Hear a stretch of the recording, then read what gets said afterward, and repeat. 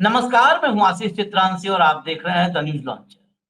15 अगस्त स्वतंत्रता दिवस, इसके जश्न से पहले एक मातम मनाने की परंपरा शुरू की नरेंद्र मोदी की सरकार ने।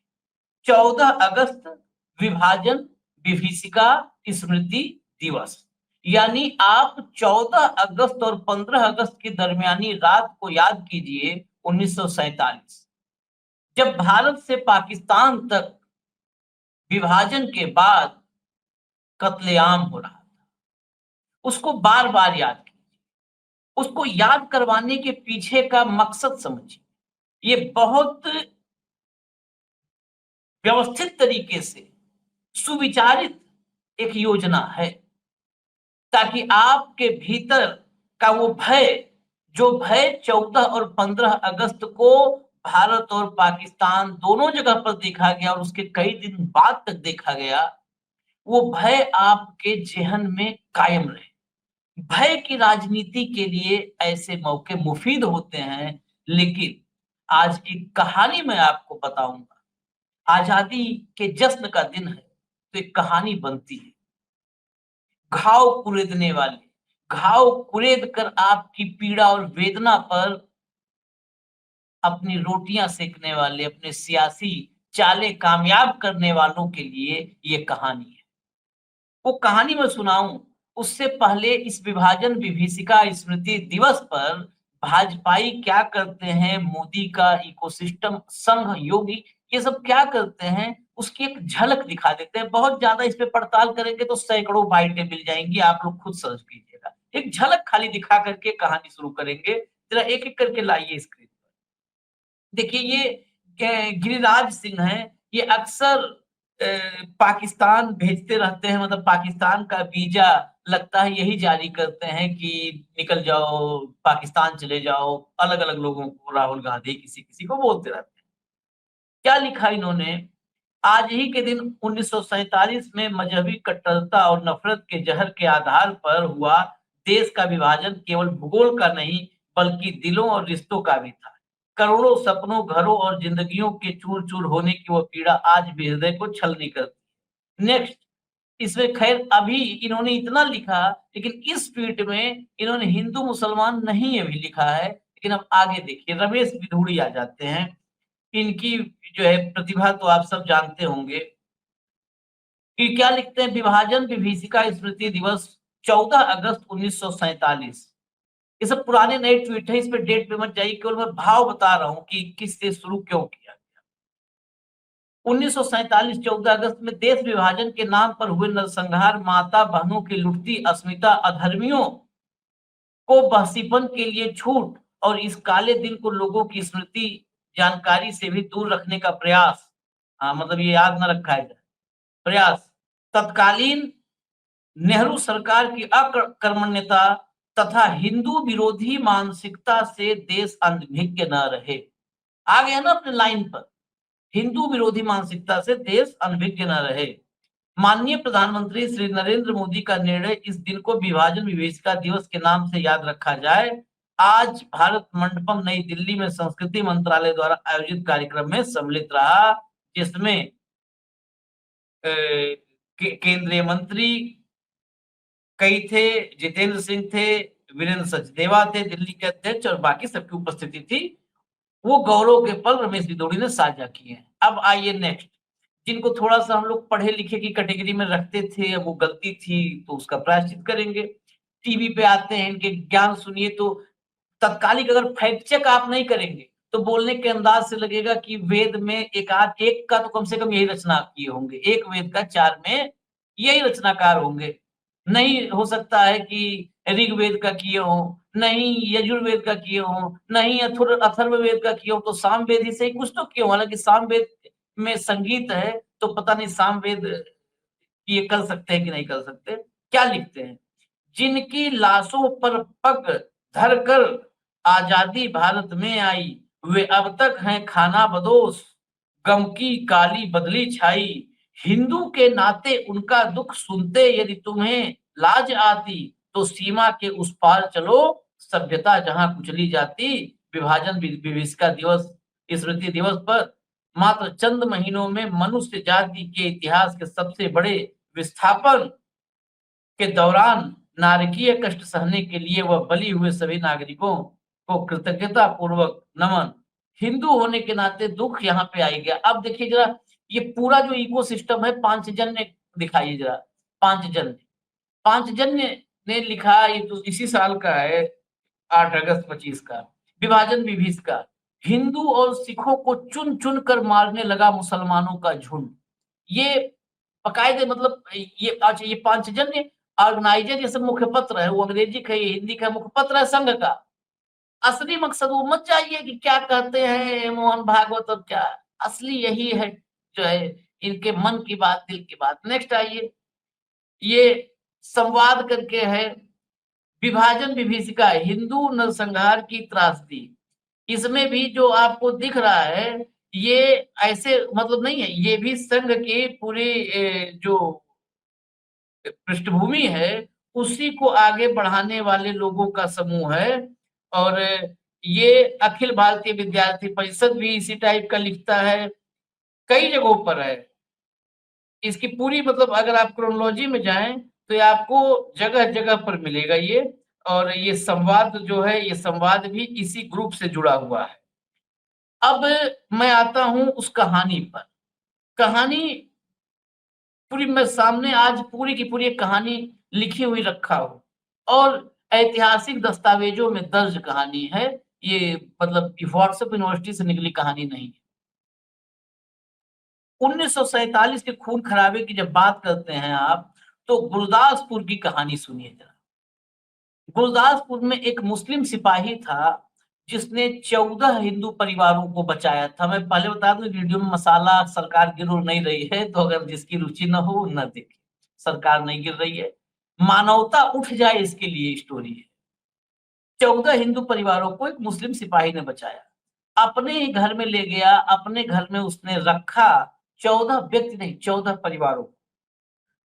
गुरदासपुर के पास एक छोटा सा गांव है, उस गांव में जब दंगाई हिंदुओं पर हमला करने लगे, तो वहां पर एक मुस्लिम सिपाही तैनात था, उसका नाम था करीम खान।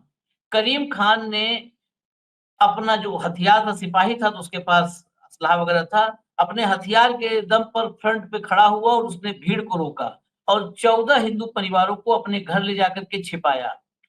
अब 14 परिवार, एक मामूली सा सिपाही, और दंगा का वक्त, बाजारें बंद, सब कुछ बंद, उनको खिलाता पिलाता कैसे, कहाँ से लाता, न पैसा न रुपया। तो उसने अपने पत्नी के गहने बेचे और 3 दिन 14 परिवारों को अपने घर में रखा, पत्नी के गहने बेच करके उनको खाना खिलाया। बाद में जब भारत जाने की ओर जाने वाली जो है रास्ता जो सुरक्षित हुआ, तो खुद घोड़े पर सवार होकर के उनकी सेफ्टी के लिए वो आया सीमा तक, और जाते समय एक बुजुर्ग हिंदू महिला ने उसके लिए कहा कि बेटा, तू मेरा ही बेटा रहेगा, चाहे सरहद कितनी भी बड़ी हो। तू मेरा ही बेटा रहेगा, सरहद चाहे कितनी भी बड़ी हो। लाहौर के एक जब पुराने मोहल्ले में हिंसा भड़की, तो एक मुस्लिम व्यापारी, नाम था हकीम सफीक, उन्होंने अपनी हवेली की छत से बांस की सीढ़ी डालकर नीचे की गली में फंसे पूरे एक हिंदू परिवार को ऊपर खींचे। इन कहानियों पे क्यों नहीं चर्चा होती? अगर जख्म कुरेदोगे तो उस दौर में आपको मानवता की मिसाल, लेकिन मानवता में जिसकी रुचि हो वो ना, इंसानों में इंसानियत होती है। राजनीति में अब इंसान कहाँ? उस मुस्लिम व्यापारी हकीम सफीक ने बांस की सीढ़ी डाल करके पूरे हिंदू परिवार को अपने छत पर खींचा। 2 दिन तक एक ही चूल्हे पर खाना खाए सब। हकीम साहब ने उन्हें अपने काफिले के साथ, अपना काफिला अपने काफिले में लेकर के अमृतसर तक पहुंचाया। कई साल बाद तक उस हिंदू परिवार का बेटा हर साल हकीम साहब की कब्र पर जाकर फूल चढ़ाता था। ये न आजादी के आंदोलन में कोई योगदान, न जब ये हिंसा हो रही थी, जब खून बह रहे थे, उनको रोकने के लिए न कोई योगदान। भड़काने में योगदान देने वाले और रोकने में योगदान देने वालों में फर्क होता है। रोकने के लिए अनशन करने वाले, नोआखाली जाकर के बैठ जाने वाले बापू को, महात्मा को तो मार दिया गया इस देश में। तो ऐसी ही नियति होनी थी जिस देश में अपने ही मार्गदर्शक को मार दिया जाए सिर्फ कट्टरता के बस। पुरानी दिल्ली में एक मशहूर कुल्फी वाला रफीक मियां का सबसे अच्छा दोस्त बंटवारे के समय कराची जाने वाला था। जब दंगे भड़के तो रफीक ने अपने घर का पिछला कमरा उसके परिवार को दे दिया। हर रात गली में जब गोलियों की आवाज आती तो रफीक मियां दरवाजा थपथपा कर कहते, भाई डरना मत, कुल्फी वाला बाहर है। पूरे हफ्ते अपने दोस्त के परिवार को सुरक्षित रखते रहे। जब ट्रेन का इंतजाम हुआ तो उन्हें अपनी कुल्फी की ट्रॉली में पर बिठाकर स्टेशन छोड़ने गए ताकि कोई शक न करे। उत्तर प्रदेश में फैजाबाद में कुछ ऐसे गांव थे जहां दंगों के बावजूद एक नियम बना, साझा चूल्हा। हर दिन एक घर से रोटियां, दूसरे घर से सब्जी बनती, इससे सारे लोग मिलकर के खाते। इस व्यवस्था से किसी को भी अब पता नहीं चलता कि कौन सा खाना किस धर्म के घर से आया है। गांव के बुजुर्ग उस दौर में कहते थे, धर्म तो दीवारें बनाता है, रोटी उन्हें गिरा देती है। कराची की कहानी है, सिंदूर वाला वादा। कराची में एक हिंदू दंपति को पाकिस्तान छोड़ना था, लेकिन महिला गर्भवती थी। यात्रा जोखिम भरी थी। उनके मुस्लिम पड़ोसी इमरान और उनकी बीवी ने कहा, बच्चा हो जाने दो फिर जाना। महिला का प्रसव हुआ, बच्चा सुरक्षित हुआ। पूरे 1 महीने बाद इमरान ने अपनी नाव से उन्हें बंबई भेजा। जाते समय उन्होंने महिला के सिंदूर को हाथ लगाकर कहा, ये रंग सिर्फ माथे पर नहीं, भरोसे में भी रहना चाहिए।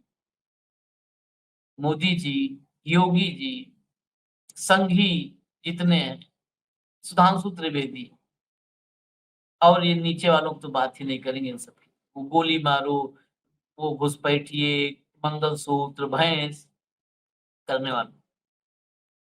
कभी अपने भीतर झांको, आईने के सामने खड़े होकर के केवल इतना सवाल करो कि इंसान हो या नहीं। इतना ही एक सवाल करना, इंसान हो या नहीं। और बाकी बहुत महात्मा, अविनाशी, परमात्मा सब नहीं, सब तो फर्जीवाड़ा। इतने सवाल करना, इंसान। अमृतसर में एक मुस्लिम परिवार विभाजन के दौरान खतरों से घिर गया। तब उनके सिख मित्र ने जान जोखिम में डालकर सुबह-सुबह उन्हें सुनसान इलाके में कार लेकर रेलवे स्टेशन पहुंचाया। उन्होंने 8 महिलाओं को बिठाकर सुरक्षित स्थान पर पहुंचाया। ये वही दिन था जब अधिकांश ट्रेनें खून से लथपथ थी। ये द हिंदू में प्रकाशित संस्मरण के आधार पर एक ये है। ये हवा-हवाई नहीं है। महात्मा गांधी की अनुयायी और एक मुस्लिम समाजसेवी बीबी अब्दुस सलाम ने 1947 के विभाजन के दौरान बंगाल में नोआखाली में हिंदू मुस्लिम दंगों को शांत करने के लिए महत्वपूर्ण भूमिका निभाई। नाम क्या था? बीबी अब्दुस सलाम। उन्होंने वहां गांधी जी के साथ 21 दिनों तक उपवास किया। बाद में शांति बहाली के कामों का नेतृत्व किया, जबकि उनका परिवार पाकिस्तान भाग गया। पाकिस्तान भाग गया था उनका परिवार। वो उपवास कर रही थी बापू के साथ। उन्होंने भारत में ही रहकर भाईचारा और शांति में की मिसाल थामी। गांधी जी की नजर में वो उनकी बेटी थी। पंजाब में एक गांव में हिंसा भड़की। एक हिंदू परिवार रातों रात अपना घर छोड़कर भागने की तैयारी कर रहा था। उनके मुस्लिम पड़ोसी अब्दुल ने उन्हें रोका और कहा, आप मेरे भाई बहन जैसे हैं, मेरे रहते आपको कोई नुकसान नहीं। अब्दुल ने अपने घर में उनके लिए जगह दी, कई दिनों तक उनकी रक्षा की, जब तक कि स्थिति सुरक्षित नहीं हो गई। बंटवारे की त्रासदी में ये पड़ोसी भी भरोसे का प्रतीक बना। कुछ कहानियां हैं, छोटी-छोटी 4-4 5-5 लाइन। अमृतसर में लाहौर जा रही एक ट्रेन में हमले का डर था। एक सिख युवक हरनाम सिंह ने देखा कि एक मुस्लिम महिला अपने बच्चों के साथ डरी हुई थी। उसने अपनी तलवार नीचे रखी और कहा, बीबी डरो मत, तू मेरी बहन हो। उसने न केवल उनकी रक्षा की, बल्कि उसे और उसके बच्चे को सुरक्षित लाहौर पहुंचाया। यह उस दौर का भाईचारे का बड़ी मिसाल बना। ये सिख युवक हरनाम सिंह। लाहौर में एक हिंदू दुकानदार रामलाल को अपनी दुकान छोड़कर भारत जाना पड़ा। उसने अपनी दुकान की चाबी अपने दोस्त मोहम्मद यूसुफ को सौंप दी। यूसुफ ने न केवल उसकी दुकान को लूट से बचाया, बंटवारे के बाद जब रामलाल लौटा तो उसने पूरी दुकान और उसका सामान उसे वापस किया। ये दोस्ती समय और सीमाओं के दायरे में। देखिए आप लोग तो यही देखना चाहते हैं। कराची से दिल्ली की ओर जा रही एक शरणार्थी टोली में एक मुस्लिम बुजुर्ग ने देखा कि एक हिंदू परिवार भूखा प्यासा है। उसने अपनी रोटियां और पानी उनके साथ बांटा, ये कहते हुए कि हम सब इंसान हैं, धर्म हमें बांट नहीं सकता। उसकी ये छोटी सी मदद उस परिवार के लिए जीवन दान बनी। पंजाब के एक स्कूल में बंटवारे की अफवाहें फैल रही थी। एक हिंदू लड़का और उसका मुस्लिम दोस्त साथ पढ़ते थे। दोनों ने एक दूसरे से वादा किया कि अपने परिवारों की रक्षा करेंगे। जब हिंसा बढ़ी तो दोनों ने अपने अपने समुदायों में जाकर शांति की अपील की। उनकी मासूम कोशिश ने गांव में तनाव को कुछ हद तक कम किया। डॉक्टर पुरुषोत्तम दत्त और उनके भाई थे डॉक्टर नारायण दत्त ने एक अस्पताल में मुस्लिम मरीजों को बचाने के लिए बंदूक उठाकर भीड़ को रोक दिया। ऐसा नहीं कहिए कि सिर्फ मुस्लिम ने हिंदू बचाया तो हम वही बता रहे। डॉक्टर पुरुषोत्तम दत्त और उनके भाई नारायण नारायण दत्त ने मुस्लिम मरीजों को बचाने के लिए बंदूक उठा लिया और भीड़ को रोका। सब एक दूसरे के साथ। देखिए हमारे बीच में हैवान शैतान दरिंदे थे और हैं। नहीं रहे आगे, ये कोशिश करनी है ना। प्रयास ये करना। हमारे बीच थे, दरिंदे थे, शैतान थे, आज भी हैं। उनकी संख्या शायद बढ़ गई हो। आगे ना रहें, ये प्रयास बस करना है। इसलिए सब छोटे-छोटे आपको बता रहा हूँ। 1947 में जब अमृतसर में दंगे भड़के, तब बाबा घनश्याम सिंह ने अपने घर में सैकड़ों मुस्लिमों को छुपाया और उनकी रक्षा की। ये सब द बेटर इंडिया जो है उसमें ये सब संस्मरण है, मतलब उसमें विस्तार से हो रहा है, उसी से ये सब निकले। फिरोजपुर में स्टेशनों के नजदीक एक मस्जिद में 300 मुसलमानों को सुरक्षित रखा गया। स्टेशन प्रमुख त्रिलोकनाथ उन्हें सुरक्षित बनाए रखना सुनिश्चित किया है। मुसलमानों पर हमला रोक दिया। अब इतनी कहानियां हैं।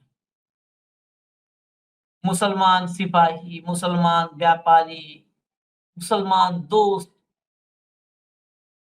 सबने जहां जिसको लगा, जो इंसान थे उन्होंने बचाया। जो दोनों तरफ दरिंदे थे दोनों तरफ दरिंदे। ये कहानी कोई नहीं छिपा सकता। कल नहीं ये छिपा दिया सत्ता के लिए। दोनों तरफ दरिंदे थे। जो हिंदू इंसान थे उन्होंने मुसलमानों को बचाया। जो मुस्लिम इंसान थे उन्होंने हिंदुओं को बचाया। सिखों ने हिंदुओं मुसलमानों जिसको बचाने का मौका आया उनको बचाया। जो दरिंदे और हैवान थे वो जिसको सामने पाए उसको मारे। लेकिन हमें दरिंदों का इतिहास देखिए। हम मानव हैं और आप लोग जो भी वीडियो 2, 4, 5, 10 आदमी भी ऐसे देख रहे हो जो मानव इतिहास मतलब इतिहास के छात्र हो, तो क्या कहा जाता है? मानव इतिहास, मानव सभ्यता। हम लोग मानव इतिहास पढ़ते हैं। कोई बताइए कि कुत्तों का इतिहास, बिल्ली का इतिहास। हम लोग की कुत्तों का इतिहास पढ़ते हैं। पहला कुत्ता कहाँ से जन्मा। अब हो सकता है किसी पौराणिक कहानी वगैरह मिल जाए, बात अलग है। ये तो हम वो नहीं पढ़ते, हम मानव सभ्यता पढ़ते। कहीं दरिंदा सभ्यता, राक्षस सभ्यता, इसमें किसी ने पीएचडी की हो तो मुझे बताए। मेरी जानकारी में नहीं है। अगर मेरा अल्प ज्ञान है, कम बुद्धि हो तो हम आगे से अपने आप को करेक्ट कर लेंगे। लेकिन किसी ने दरिंदों का इतिहास, राक्षसों का इतिहास, दानवों का इतिहास पढ़ा हो तो बताए। इतिहास में धार्मिक ग्रंथों की नहीं बात करता। इतिहास नहीं पढ़ाया जाता। इतिहास मानव का और मानव सभ्यता, मानव इतिहास पढ़ा। ये दरिंदों का इतिहास पढ़ाने की कोशिश क्या है? क्यों मानव इतिहास पढ़ाया जाता है? क्योंकि मानव इतिहास से मानव भविष्य सृजित होता है, उसका सृजन होता है। जब आप दरिंदों का, शैतानों का इतिहास पढ़ेंगे तो आपके अंदर दरिंदगी और शैतानियत सृजित होगी, उसका सृजन होगा। ये विभाजन, विभीषिका, स्मृति दिवस, विभाजन की विभीषिका तो सब जगह हुई। यहां भी हुई, वहां भी हुई, इस पार भी हुई, सरहद के उस पार भी हुई। विभाजन, विभीषिका, स्मृति दिवस ऐसा नहीं है कि हम मनाएं। ये तो पूरी दुनिया में, उत्तर कोरिया, दक्षिण कोरिया, पश्चिमी जर्मनी, पूर्वी जर्मनी, दुनिया भर में जहां जहां विभाजन हुआ वहां वहां विभाजन की विभीषिका हुई। लेकिन विभाजन के वजह, विभाजन के कारणों को पढ़ाया जाता है, ऐतिहासिक तथ्यों को पढ़ाया जाता है। जब दरिंदगी पढ़ाया जाएगा, दरिंदगी की स्मृति आपको दिलाई जाएगी, यही काम दोनों तरफ अगर हो जाए, ये दोनों तरफ हो रहा हो। पाकिस्तान में तो वैसे ही, पाकिस्तान में तो लोकतांत्रिक लोग ही नहीं है, लोकतांत्रिक सरकारें नहीं है। वहां पर तो कट्टरवाद बढ़ा करके ही वहां पर राजपाट कर रहे हैं। आम आदमी के सुख सहूलियत को उसे परवाह नहीं करते, उसकी परवाह नहीं करते वहां के सत्ताधीश। हमारे यहाँ तो लोकतांत्रिक और निर्वाचित सरकारें होती है ना। यहाँ पर तो सेना का जनरल नहीं चुनता ना कि किसको बना देंगे, किसको हटा देंगे। तो यहाँ पर ये सवाल गंभीर है। और हम लोग, विडंबना ये है कि हम लोग इसका जश्न मनाते हैं कि हम विभाजन स्मृति दिवस मना रहे हैं, विभाजन विभीषिका स्मृति दिवस मना रहे हैं। कौन लोग ट्वीट करने वाले, कौन लोग ये विचार सामने लाने वाले? वो सारे के सारे एक वैचारिक इकोसिस्टम के लोग हैं। सब के सब का राजनीतिक मोटिव एक है, और उनके राजनीतिक एजेंडे को, जो हमेशा से रहा है, हमेशा से रहा है, उस राजनीतिक एजेंडे को, नैरेटिव को सिर्फ ये मजबूत करने वाला। विभाजन विभीषिका, छोटा सा बच्चा, अबोध बच्चा, जब वो 14 अगस्त को विभाजन विभीषिका के बारे में उसके घर में चर्चा हो रही हो, वो पूछे ये क्या है पापा? उसको बताया जाए वो मुसलमानों ने मारा, हिंदुओं को मारा था बेटा 47 में विभाजन। जन्म जब होश लिया, अबोध बच्चा, जिस समय उसके भीतर ईश्वर का वास था, आपने ईश्वर को आउट कर दिया। क्योंकि जैसे ही नफरत, घृणा ये उसके दिमाग में आई, ईश्वर तो छोड़ देंगे उसको। जब उसके उस बाल मन में ईश्वर तो था, तभी आपने डाल दिया उसके भीतर वो जहर। ये विभाजन विभीषिका स्मृति दिवस आपके घरों में यही देखें, मनाइए। बहुत मौके हैं हमारे पास मनाने के, अलग अलग मनाइए ना। सुखदेव, भगत सिंह, राजगुरु सबके जन्मदिवस मनाइए। अशफाकुल्ला खां का मनाइए। सीमांत गांधी खान, अब्दुल गफ्फार खां को पढ़िए, मनाइए। एक दो हैं, है? चले जाइए इंडिया गेट पर, पढ़िए जरा शहादतें, या कहीं भी ऐतिहासिक दस्तावेजों। जितना हिंदू मिलेगा उतने मुसलमान मिलेगा, कम ज्यादा नहीं मिलते। लेकिन एक हिस्सा, क्योंकि 80-20 जिसका, जिसकी सियासत की नींव ही विभाजन के ईंट पर खड़ी हो, वो क्या आपके घरों में अबोध बच्चों में क्या मानसिकता डालना चाहते हैं, सोचिए। मुझे इजाजत दीजिए। नमस्कार। फिर से एक बार आजादी के जश्न को आप लोग मनाइए, ये सोच के मनाइए कि ये आजादी अक्षुण चिरंजीवी हो, चिरंजीवी।